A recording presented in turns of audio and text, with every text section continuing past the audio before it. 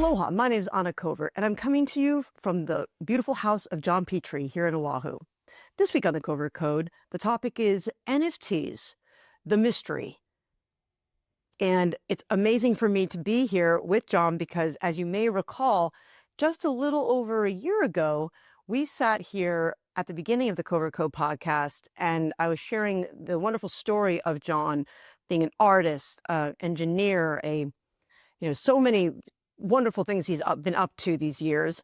And at the very, very end, we started talking about the idea of NFTs. And here we are, flash forward a whole year later, with the launch of Artopia NFT, which really the vision is that it's a safe place for investors and artists to participate in this new, bold world ahead of us, which is non-fungible tokens. So thanks so much for being here, John.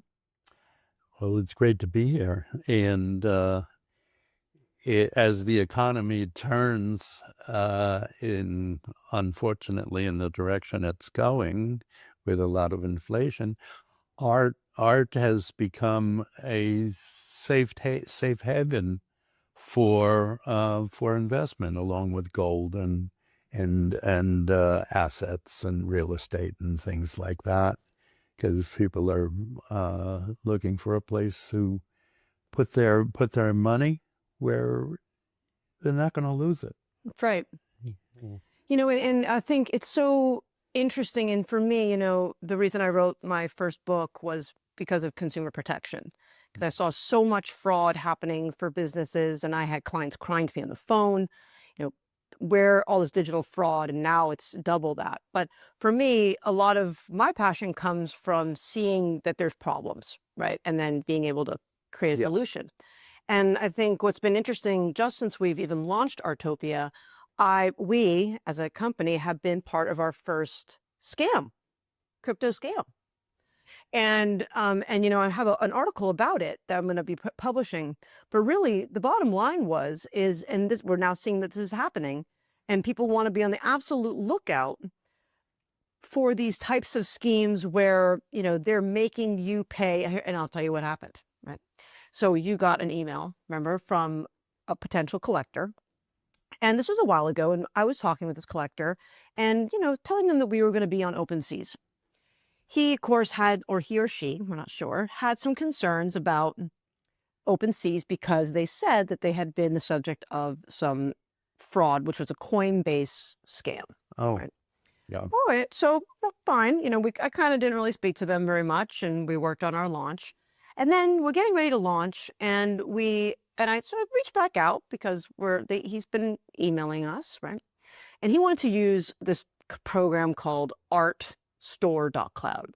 So immediately, this is my first time, and I think all of our first time even using cryptocurrency, right? Yeah. And so I'll tell you, even setting up a wallet took me, I think, 2 days. Because here's the thing, fans.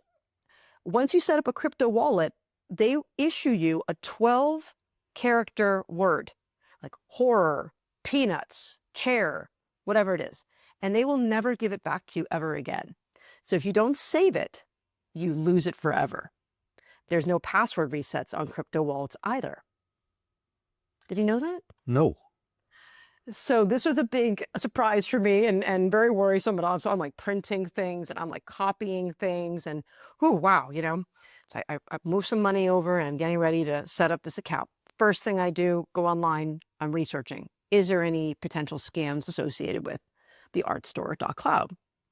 None come up, none surface. All the AI couldn't find anything. And I'm like, okay, well, let's still take it step by step. So I take funds and put them from PayPal into the wallet, Coinbase wallet. Then from the Coinbase wallet, they transact. You have to pick a type of crypto. And in this case, it was Ethereum. And that's another thing that you don't realize about crypto is that unlike having a bank account, you log in your bank account, you see what the bank account's worth. With crypto, it's changing all the time because it's a moving target. Sure. Right? So 1 minute it's $300, the next minute it's $200, $210 or whatever it was. It's going so fast. I was like, wow, this is something. Or it could go the other way. Or it could go the other way. It wasn't quite that variable, but it was moving. So I move the money into the art store, and I burn this, it's called gas fees. Whenever you create an NFT, it's secured by the blockchain. This non-fungible token, which is this art investment, has a value. Well, why does it have a value? Right? And a lot of things I think I was always confused about with crypto in general is when people would say that they were mining crypto. And I was like, what on earth are we talking about here? What are we actually mining? But I finally figured it out, right?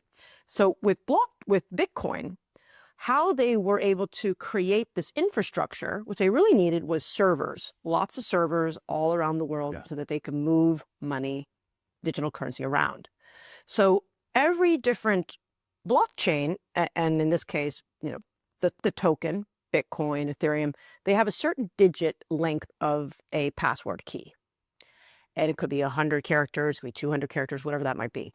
So in order to incentivize people to create these server farms, Bitcoin put Bitcoin in some places, like Arizona. They put the coin there. So when people were mining it, just like mining for gold, they opened up servers, big super servers. We're talking big money, right? And then they had to burn it. They had to mint it. And so what they were doing when they were burning or mining was they had to go through the blockchain. Number 1, number 8. So it could take a certain amount of time to mine 1 unit, depending on how long the string was. Yeah. Right. So that's what the whole, that's how they got kind of where they were. Right?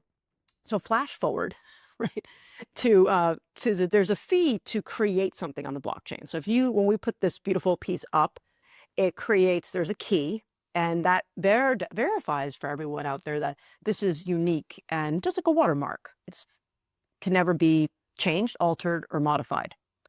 And that's what gives it its value. So we had this buyer right immediately. I sent him the link. He bought this first piece of art. And I was feeling great. I'm like, oh my gosh, 1.5 Ethereum. He purchased it. Wonderful. So then the next step to make sure that it was legitimate, I was baby stepping, was to take the money out of the account, right? So I go and I try to take the money from the art store back to our Coinbase wallet. Up comes a little warning saying that I first have to pay the commission. So the art store takes a 5% commission. But you would think, right, and then the good platforms like OpenSeas that we're on now, and we're on, anyway, they will allow you to pay the commission with the money that you just generated. But in this case, they said, no, you have to pay the fee with Ethereum. So I was like, well, this doesn't seem like, but again, there's a live chat. I'm talking with someone. I look again online. I'm like, is there any BuzzFeed where people go to complain? I'm like, is there anything out there? Didn't seem like it. I'm like, okay. So I move some more funds over to pay the commission. Goes through. Now I'm ready to transact. I wanted to take the money out of the account. And I tried. It says it could take 24 hours. So I wake up the next morning feeling good, ready to put some more art in there, right? Some more expensive pieces. And then I see that there's been a failure. So what? A failure. It says that the money did not transact into the account. So immediately I jump on with chat and support. And I ask why. And they said, oh, there's some concern about the copyright of the image. So immediately I think this is great news. Like, because we don't want just anyone out there putting your art up, right? So I'm like, oh, this makes me feel great. I'm like, well, I can absolutely verify the authenticity of this artwork. What do I have to do? So there's a form you have to fill out. So I'm like looking at the form, but it's not a real form, right? It's like a place to upload a document, but no specific document, and then a little overview. And then here's a kicker. In order to submit it, you have to pay 1 Ethereum, which is $3,500. How much? $3,500. Huh? And I'm like, absolutely. And then, oh, it's fully refundable. Well, but who knows, right? So then I'm on with chat again, and I'm telling them, this doesn't make any sense. You took, if this was legitimate, I should have had to prove the artwork before it was sold. 1, because someone else bought this, right? I would have verified the artwork before you got a commission. 2, And three, if any of these things were to happen, I should have been able to use the money already generated, right? So this is when the gentleman or whoever was replying to me said, oh, it's in our terms of service, which it's not the terms of service, right? So immediately that was, I think to me, enough flags to say that it's not authentic, right? So of course, this and many other things that we're going to do are going to help regular people, right, understand how they can safely transact these pieces of investment online. I think that's why the industry has such a bad name. Yeah. Well, every financial industry has a bad name. Okay? There isn't one that doesn't. In the old police saying, if you want to find the crime, follow the money. That's it. Okay? And, some of the most revered and respected people in the financial industry, like Bernie Madoff, everybody thought he was the king of the roost in Wall Street. Well, we know what happened there. And our dear friend Jeffrey, and, that it's, yeah. And of course, there's a lot of very legitimate folks in it too, but there's always going to be a few little snakes in the garden. There are, but and that's what I was thinking to myself, because I was kind of happy, and people were like, "Oh, this is terrible." I'm like, you know what? No, it's not terrible, because this is exactly the lesson. This is a very easy lesson to make now. I mean, and they're not very smart criminals, because if they had been, they would have led me on. And that's what I want people to realize. I mean, if they were smart criminals, I mean, I could be a really smart criminal, but I'm too ethical for that, right? But they could have, and there might be ones out there that would let it happen. Okay, I'm going to give you your money back this time. Now I have the confidence to put more art in. Yeah, they won't do that. They won't give you they do not. There's the flow of money always has to go in a specific direction. Yeah. But I mean, it's like a little bit like, oh, I wanted to take out a little bit. Oh, let me take out a little bit. Then I'm going to burn more. Yeah. I mean, so but I think the bottom line, it made me feel so committed to why we're doing what we're doing. Yeah. Because there are people out there who, like yourself, real artists, fine artists, who need a platform that they can trust. There are investors out there who want guarantees that the art is copyrighted, is legitimate, and I think now this is just part of our mission of I'm going to be doing platform reviews of other sites, going to make sure that whenever something comes out, we're reviewing it and writing about it, so that our everyone out there can safely navigate in this bold new world. Yeah, and the one thing about the arts is there's very little legitimate fine art in this world. Very little legitimate. There's lots of kinky junk. What can you define for our audience what fine art is? Fine art can be in many different styles, but it's executed by someone with extreme skill. Okay, it's even if it's impressionistic, like Marot was a fine artist. Yes.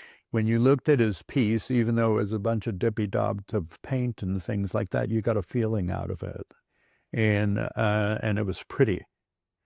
And you go, if I could afford it, which I can't, I would put that on my wall. It's like music. Would you listen to this album or wouldn't you? Mm-hmm. Would you play this in your car repeatedly? And very often the answer is absolutely not. It would make me crazy. It's terrible. Right. But I like this and I like that. And you know, was Pavarotti really a good opera singer? You go, yes, it was. Okay, yeah. I'll buy that little album and stick it in my little rack over here. And I think it doesn't mean that like everyone has people have different tastes, but it's the level of artistry that is what we're looking for here. The level of the skill of the artistry. If it's yes, even simple lines can be brilliant. You know, I happen to like good abstraction. Mm-hmm. What's a good abstraction? It's a well thought out mathematical scenario in color, a depth of value, meaning the difference between light and shade, and balance. And a good one is quite well thought out. Yeah. Yeah. It's not a bullseye. It's like your eye keeps moving and you could just keep looking at it forever. And it gives you a good feeling. Yeah. Because we humans buy art for two reasons. Okay. One, somebody told them it was a good deal. Okay. That's not a legitimate buyer nor a legitimate seller. Okay. The other one is you like it. It makes you feel good. You derive you can feel a sense that it was created with a sense of passion. And when you feel that type of thing, that's real art. I've seen several pieces with Elon Musk. I've seen it with Warren Buffett. You mean the fake generated stuff? Where they'll come up with the script is so smooth. You go, this has been edited and thought out and thought over many times. And then the AI duplicates their voice. Oh, yes. There's deep fakes, crazy deep fakes. Then the next thing they do is take a picture of the individual, right? And the AI makes the lips move according to the words. Oh, yeah. I mean, I can make an avatar. There's video avatars now. So I had someone who's on my podcast, and he's specializing in this, right? And I've thought for a minute, maybe I need like an Anna AI. It's like, it would be not hard. There's a certain script you read so that they have the certain voice characters. Yeah. And then that combination of sounds can be used to make anything, right? And then you just have a couple, of your head. But then immediately I had that eerie feeling. I'm like, oh no. I mean, I think the only time that could happen is if like your hair was blue, or like you made it so that people knew this is the AI. Yeah. Not like the average person, but somebody who is looking for it and who has enough of a brain, which that's a problem with humanity. Yes. 60% of the population is pretty stupid. Yeah. I think that's pretty kind, actually. Huh? That's a pretty kind number. I'm trying it could be nice. Yeah, I was gonna say that seems pretty. It seems like they cannot decipher it. They can't decipher it, but you can. You'll see. Okay. There's no way Warren Buffett could speak for this long, this articulately, and keep on going, and there's no mistakes. Right. Okay. That ain't Warren. Right. No pauses. No. No. Nothing. It's they got all the good stuff in there. Right. But then you look at the face, and you go, that old fucker would be really tired by now because this thing is 20 minutes in, and there's no way he could talk. Not getting a glass of water, or sweat, or whatever. Yeah. Right. Yeah, and I think that's the same thing that I was telling some of my clients about. You got to use your spidey senses. You have to use this almost like the fifth dimension. Like you have to feel, and you have to feel things. Like you feel that it's wrong. Like that's your intuition is critical in today's day. Yeah. I've always felt, and I have my book of rules, which is the book I'm writing in how to fix the problems, is if you're going to publish something, whether it's in video or writing or whatever, you have to state at the beginning of it that it's real, it's been fact checked, and and if you want to and at the end also, and it has to be backed up by the law. Okay, if you say that it is and it isn't, now you're culpable for a serious criminal fine. Okay, the yeah, there's so much out there. It's just bullshit. It is. Just total bullshit. It is. Well, you know what? But what? I think that's a great place to stop, because what we know isn't bullshit is Artopia NFT, because the only people who will be allowed on the site are verified masters of fine art, like our first one and partner, John Pitre. So I'm really excited, and please check it out. I know a lot of you out there are thinking to yourselves, oh, wow, this is scary, but we're here. I'm here to hold your hand. Crypto is the future. Digital currency is the future. And securing your wealth into items like fine art masterpieces is something that you will thank yourself for later. So, let us be your guide. And I can't wait to see you next week as I interview another industry expert in topics to help you succeed on and offline. I'll see you in the pixels. Aloha.